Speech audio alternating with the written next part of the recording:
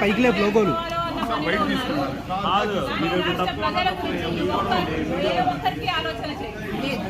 చంద్రబాబు గారికి లేదు, అటు జగన్మోహన్ రెడ్డి గారికి. అందుకే చెప్తున్నాను, ఇప్పటికైనా కూడా కళ్ళు తెరవాలి ఆంధ్ర రాష్ట్ర ప్రజలు. ఇప్పటికైనా ప్రజల మేలు కోరేది ఎవరు అనేది ఆలోచన చేయాలి. ఈ బీజేపీ తొత్తు పార్టీలైన టీడీపీని, వైసీపీని, జనసేనని ఇంటికి పంపించాలని, కాంగ్రెస్ పార్టీని ఆశీర్వదిస్తేనే మనకు ప్రత్యేక హోదా మళ్ళీ సాధ్యమవుతుందని మనం నేను ఆంధ్ర రాష్ట్ర కాంగ్రెస్ పార్టీకి అధ్యక్షురాలిని. ఈ రాష్ట్రంలో నాకు తిరగాల్సిన అవసరం ఉంటుంది. ఈ రాష్ట్రంలో తిరిగినప్పుడు నాకు భద్రత కల్పించాల్సిన అవసరము ప్రభుత్వానికి ఎంతైనా ఉంది.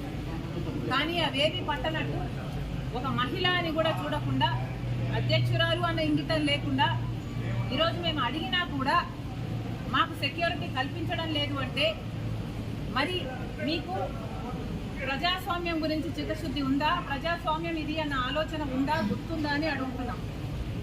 మీకు సెక్యూరిటీ ఉంటే సరిపోతుందా? మీరు పెద్ద పెద్ద కోటలు, పెద్ద పెద్ద గడిలలో కట్టుకొని మీరు బతికితే సరిపోతుందా? మిగతా వాళ్ళకు, ప్రజలకు భరోసా ఇవ్వాల్సిన అవసరం లేదా? ప్రతిపక్షాలకు రక్షణ కల్పించాల్సిన అవసరం లేదా? అంటే మా చెడు కోరుకుంటున్నారనే కదా దాని అర్థం.